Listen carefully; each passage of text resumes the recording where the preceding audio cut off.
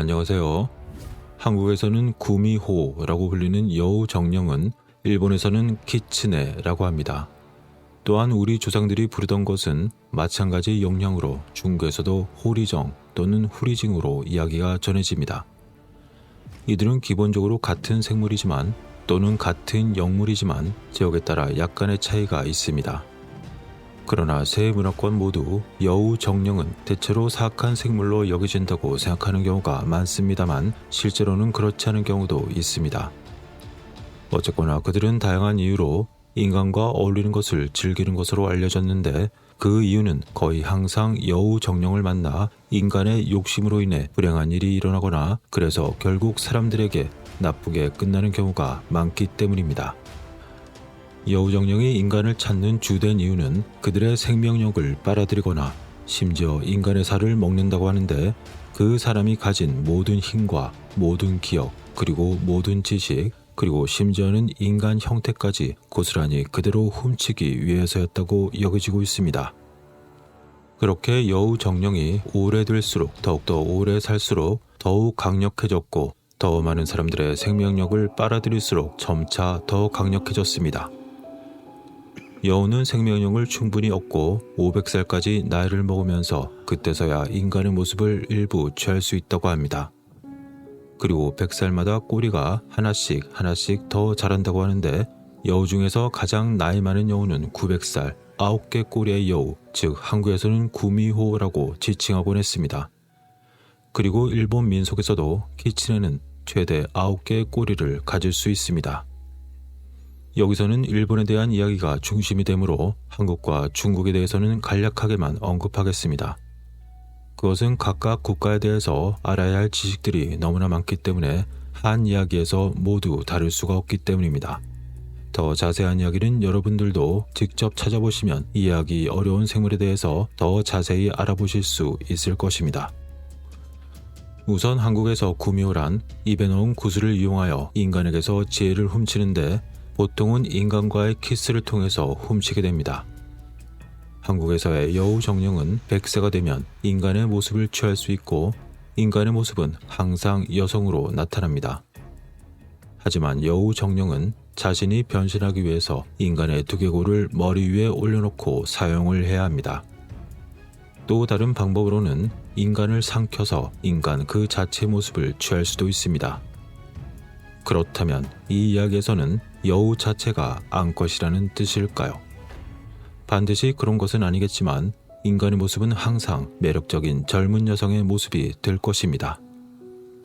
구미호는 종종 의도한 희생자들에게 다가갈 때 아는 사람의 모습을 취하는 경우도 있어서 대상이 구미호를 더욱더 신뢰하고 가까이 다가가기가 쉽습니다. 구미호를 상대하고 있다는 것을 말해주는 특징 중 하나는 평소에 하지 않는 말을 하거나 음식을 먹거나 기존에 알던 모습과는 다르게 행동을 한다는 것입니다.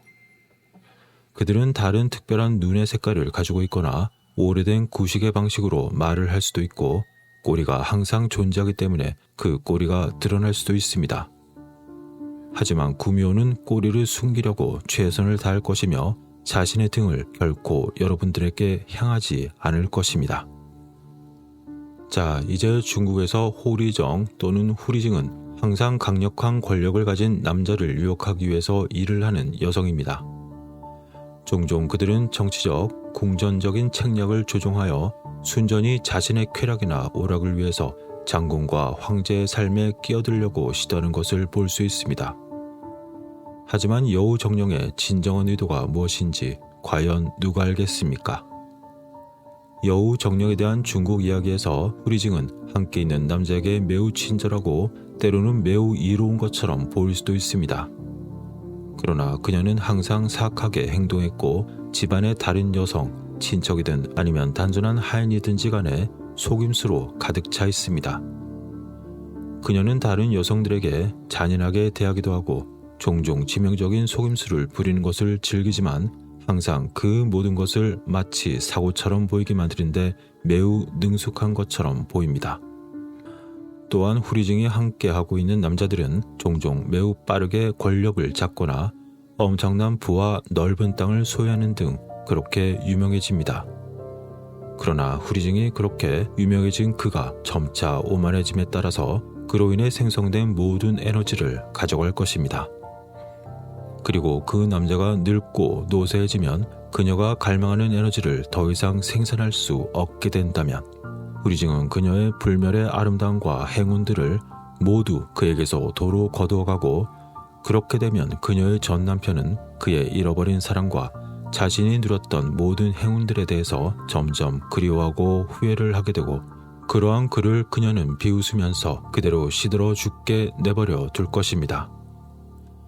그리고 만약 이것이 중국 여우 정령의 숨겨진 사악함을 확신시키기에 충분하지 않다면 중국 고전 문헌인 산해경에서 이 후리경의 진정한 형태에서 말하는 내용을 잠시 살펴보면 될 것입니다. 거기엔 이런 이야기가 나옵니다. 여우 모양의 짐승이 있는데 9개의 꼬리가 있고 목소리가 아기처럼 들리며 사람을 먹는다 라고 말이죠. 자, 그럼 이제 이번엔 일본의 기츠네입니다. 일본의 여우 정령에 대한 이야기는 간단히 이렇게 전해지고 있습니다. 저녁의 어둠 속에서 여우의 함정을 만드는 것은 쉽습니다 라고 말이죠. 기츠네, 일본에서 기츠네는 수컷과 암컷 모두 가능하지만 암컷이 여전히 훨씬 더 흔하게 보입니다. 기츠네라는 이름은 두 단어를 합친 것에서 유래한 것으로 여겨지고 있지만 일부 출처에서는 이 이름이 다음과 같은 데서 유래했다고 주장하고 있습니다. 그것은 이름에서 기츠인데 이는 여우가 내는 소리로 생각하는 경우도 있는 것 같지만 여기로 와 라는 뜻도 있다고 합니다. 그리고 이름에서 츠네라는 의미는 항상이라는 뜻이 있지만 이는 키츠네 키를 표현하는 또 다른 방법일 수도 있습니다. 여기서 키는 사용하는 한자에 따라서 금색이나 또는 에너지라는 단어를 의미할 수 있습니다. 여담으로 네라는 것은 일본어에서 좋은 기분을 표현하거나 다소 부드러운 느낌을 주는 표현으로 알려져 있는데, 예를 들어 시아와세 네 그러면 행복해요 라거나 또는 이네 라고 하면 좋아요 라고 하는 것을 말한다고 하는데, 이것이 과연 이 이름하고 상관이 있는지는 알 수 없으나 여러분들이 알아서 각자 판단하시면 되겠습니다. 어쨌건 그래서 기츠네는 해석에 따라 항상 황금빛 또는 항상 활력이 넘치다 라는 뜻이 될 수도 있습니다. 저는 여우가 다소 활기찬 생물이라고 생각하기 때문에 이러한 표현은 개인적으로는 마음에 들지만, 그러나 여우 영혼이 어떻게 그러한 별명을 얻었는지에 대한 가장 인기 있는 이야기 중 하나는 바로 니온 레이키에서 발견되는 이야기입니다. 우리나라식 한자 발음으로는 일본 영이기라고 할 수도 있는데, 대략 일본의 유령 이야기라고 할 수 있는 그러한 이상하고 특이한 지식들의 모음입니다. 그 이야기에서는 다음과 같은 내용을 담고 있습니다. 옛날에 농장에서 열심히 일하던 매우 외로운 남자가 있었다. 그는 낮과 밤을 가리지 않고 일했고 먹을 음식도 많았으며 좋은 집도 있었지만 그가 돌볼 만한 아내가 없었다. 그는 오랫동안 자신의 아내를 찾았지만 적합한 사람을 찾을 수 없었다. 어느 날 그는 밭에 있는 동안에 문득 고개를 들었다가 거기에서 놀랄 정도로 아름다운 여인을 보았다. 그녀는 숙녀처럼 보였고 그래서 그는 즉시 사랑에 빠졌다. 그는 그녀에게 결혼해달라고 청했고 자신이 가진 모든 것과 그녀를 어떻게 돌볼 수 있는지를 설명해 주었다. 그러자 그녀는 매우 기쁜 마음으로 그의 청혼에 동의했다. 두 사람은 결혼했고 오랜 세월 동안 매우 행복하게 살았다. 그러던 어느 날 농부에게 큰 기쁨이 된 일이 있었는데, 그것은 어느 날 그의 아내가 마침내 아이를 가졌다는 걸 알게 되었고 이제 서로 함께 완전한 가족이 될 것이라고 말했다는 것이다. 그래서 그는 너무나 기뻤고 아내와 그리고 태어나지 않은 그녀 뱃속의 아이를 매우 잘 돌보았다. 그리고 마침내 아기가 태어났을 때 그는 자신의 집에서 기르던 애완견도 강아지 한 마리를 낳았다는 것을 알게 되었다. 그는 아이와 강아지가 서로 함께 자라서 좋은 친구가 되기를 바랬지만 강아지가 점차 자라면서 알 수 없는 이유로 농부의 아내에게 점점 더 적대감을 품기 시작했다. 그렇게 몇 달이 지나던 어느 날 강아지는 어느덧 개로 무럭무럭 자랐고 그렇게 자란 강아지가 여인의 팔을 찢어 발기고 그녀의 목숨이 위태로워진 상태가 되었다. 그러자 여인이 옷과 비단으로 몸을 감싼 채 사라지더니 대신 그 자리엔 9개의 꼬리를 가진 여우가 앉아 있었다. 여우는 놀라서 어리둥절해하며 올려다보고 있는 상태였고 그녀는 자신이 한 일을 곧 깨닫고는 집에서 달려나와 자신을 문 환한개의 입으로부터 멀리 멀어졌다. 그리고 며칠, 몇 주, 몇 달이 지나도 그녀는 다시는 돌아오지 않았다. 그러던 가운데 그 남자 농부는 몹시 상심했고 아내를 무척이나 사랑했었기 때문에 그녀를 너무나 그리워했으며 그녀가 실제로 여우 정령이라는 사실에도 그는 전혀 신경을 쓰지 않았다. 그는 매일 밤 그녀를 위해서 울었고 절망에 빠져 들판을 헤매고 또 헤매었으며 눈물로 인해서 쉰 목소리가 되어 그녀를 그리워하며 키츠네, 키츠네 하고 외쳤다. 라는 이야기가 있었습니다. 이런 이야기는 슈겐도 사제 엔노 교자와 음양도 사제 아베 노세인 메이와 같이 특별한 능력을 가지고 태어난 유명인에게서 나온 이야기가 그 기원이 되어 이야기가 나온 경우가 많습니다. 그들은 모두 키츠네의 어머니를 알고 있다고 주장을 했던 것이었습니다. 이러한 일본 이야기 속 여우 정령은 자애롭고 친절한 마음을 가졌지만 그녀가 어쩔 수 없이 도망가기로 선택했을 때는 그녀가 사랑하는 남자에게 슬픔을 안겨줄 수밖에 없는 그런 상황이었습니다. 그리고 이야기의 또 다른 어떤 버전에서는 그 남자가 나중에 외로움으로 죽었다고 했고 또 다른 버전에서는 그 남자가 연인이자 그토록 사랑하던 부인을 찾아 떠난 뒤 2번 다시는 돌아오지 않았습니다. 그럼 이러한 이야기 속에 키츠네는 어떤 종류가 있을까요? 일본에는 3가지 다른 종류의 키츠네가 있다고 알려져 있습니다. 그러나 그 각각은 고유한 특성을 가지고 있어서 약간 독특해 보입니다. 자, 그럼 첫 번째로 요코입니다. 이들은 키츠네로 여겨지지만 종종 이들이 여우 영혼이 아니라 여우의 모습을 한 악마라고 여겨지는 경우도 있기 때문에 이들이 별도로 구분되어야 하는지 궁금할 수도 있습니다. 앞서 언급했던 후리징에 관련된 시에서는 이들이 아기처럼 들린다고 언급했고 이 울음소리는 종종 불쌍한 유아들을 의심 없이 구하려는 그러한 희생자들을 유인하게 되고 그래서 결국 그들을 삼켜버리게 되는데 그 당시 그 아기들처럼 우는 소리를 사용하곤 했다고 생각되기 때문에 그것을 서로 구분짓기가 매우 애매합니다. 자, 어쨌건 2번째로는 미요우부입니다. 우리나라 발음으로는 명부라고 할 수 있습니다. 이들은 구체적으로 이나리 오마키의 사자로 알려진 여우 영혼으로서 그녀는 악을 행할 수 없으며 그녀를 숭배하는 자들을 돕겠다고 맹세했습니다. 여우는 일본에서 기록된 역사가 시작되기 오래전부터 매우 신성한 동물로 여겨졌습니다. 고대 일본의 농부들은 농작물을 파괴하는 쥐들이 많았기 때문에 그래서 그 쥐를 잡아먹는 여우를 매우 존경했습니다. 여우는 오랫동안 수학의 신이었던 이나리와 연관되어 왔습니다. 그리고 이나리는 여우를 하인과 또는 사자로 사용한다고 했으며 그가 고용했던 여우의 대부분은 미호부로 알려진 신성하고 하얀 털을 가졌습니다. 그래서 이들은 신사와 묘지에서 자주 볼 수 있는데 독특한 붉은 턱바지를 두른 그러한 동상을 볼 수 있다면 바로 그녀입니다.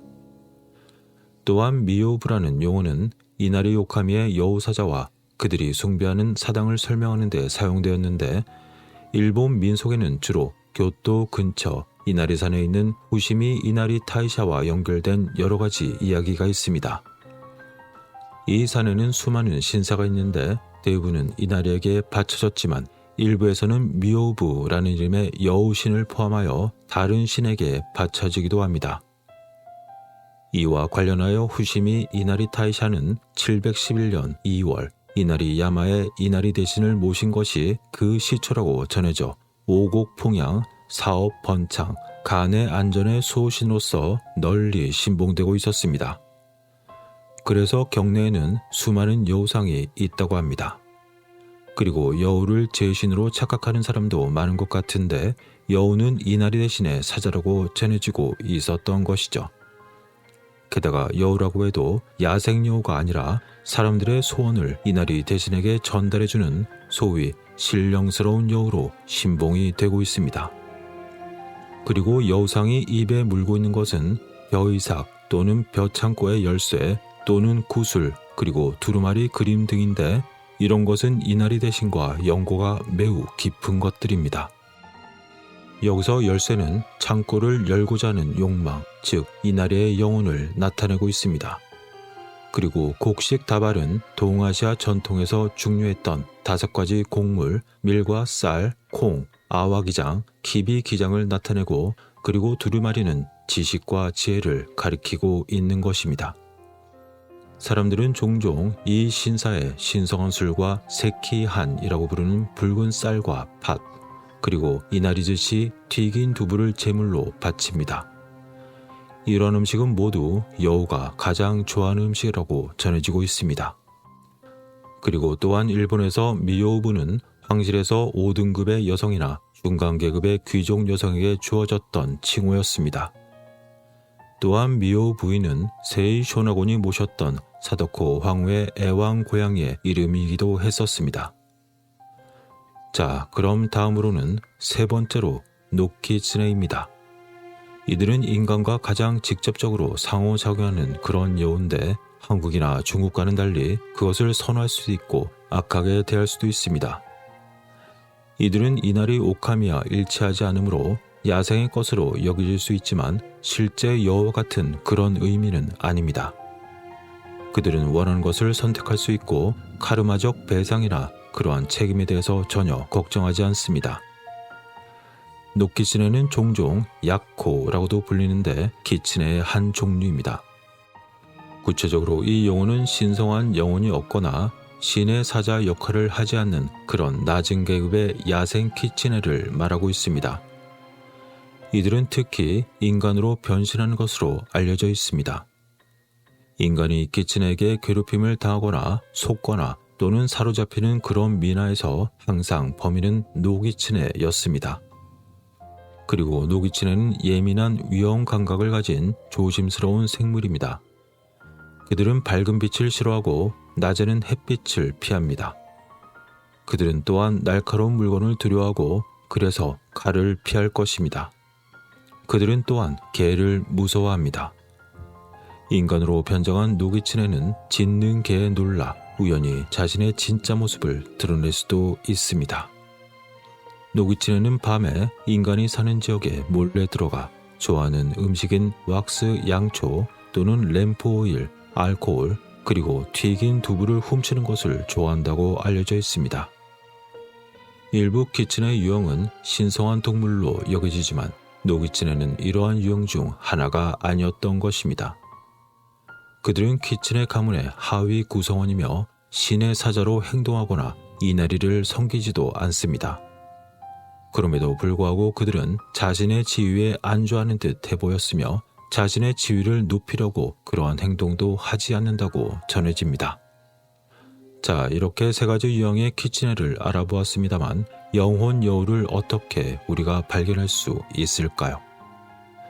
일본에서 키츠네는 종종 숨길 수 없는 어떤 특성 때문에 발견이 된다고 합니다. 구미호와 마찬가지로 키츠네는 거의 항상 꼬리가 있고 종종 그늘에 머물러 그들이 잘 보이지 않도록 노력하곤 하는데 햇빛에 자주 노출되지 않았기 때문에 피부가 매우 맑고 거의 빛나 보인다고 전해지고 있습니다. 그리고 그들은 인간과 자주 상호작용을 하지 않기 때문에 종종 시대에 뒤떨어지거나 유행에 벗어난 말을 사용할 수도 있으며 때로는 100년 이상마다 나타나기 때문에 현재 적절한 언어의 사용법을 모를 수도 있습니다. 그러나 그들은 매우 느리거나 혹은 매우 빠른, 매우 비정상적인 속도로 말할 수도 있다고 합니다. 한편 키츠네가 스스로 발음을 하기 힘들다고 알려진 그러한 단어가 하나 있는데 그것은 바로 일본어 단어 중 하나인 모시입니다. 이 단어 때문에 사람들은 문을 열 때나 혹은 전화를 걸 때, 그리고 지금은 휴대전화로 전화를 받거나 걸 때 모시모시 모시모시 라고 인사하여 자신이 키츠네가 아니라는 것을 확인하게 되었다고 전해지고 있습니다. 그리고 앞서 잠시 언급한 대로 키츠네와 개는 서로 사이가 좋지 않기 때문에 키츠네는 개에 대한 극심한 두려움과 매우 싫어하는 부작용으로 인해서 스스로 노출이 될 수 있습니다. 그리고 키츠네는 보이지 않게 될 수 있는 그런 능력이 있다고 전해지지만 여우 귀를 가진 키츠네의 형태로 나타날 그런 자신의 그림자를 결코 숨길 수는 없습니다. 또한 향이 나는 연기가 있는 그러한 방을 지나가면서 키츠네를 볼 수도 있는데 연기가 그들의 형태를 윤곽을 그려내어 키츠네를 겁먹게 하기 때문이었습니다. 그래서 향 냄새를 싫어하는 그러한 경향이 있다고 전해지기도 합니다. 어쨌건 키츠네는 항상 자신의 모습이 반사에 노출되는데 그래서 물과 광택이 나는 금속 접시라든지 금속 숟가락 그리고 금속 냄비, 거울과 같은 그런 표면이 있는 것은 무엇이든지 피하는 경향이 있습니다. 그래서 방에 거울을 두는 것을 거부하는 여성은 아마도 키츠네이거나 키츠네에게 사로잡혔다고 의심을 받을 수 있습니다. 여담으로 일본의 이나리즈 시는 튀긴 두부와 쌀로 만든 초밥으로 매우 맛있습니다. 키츠네는 이런 종류의 초밥을 도저히 참을 수 없어서 맛있는 그런 간식을 즐기기 위해 여우의 정령으로 들어간다고 전해집니다. 그래서 만일 초밥을 빼면 키츠네가 진짜 어떤 사람인지 드러날 수도 있습니다.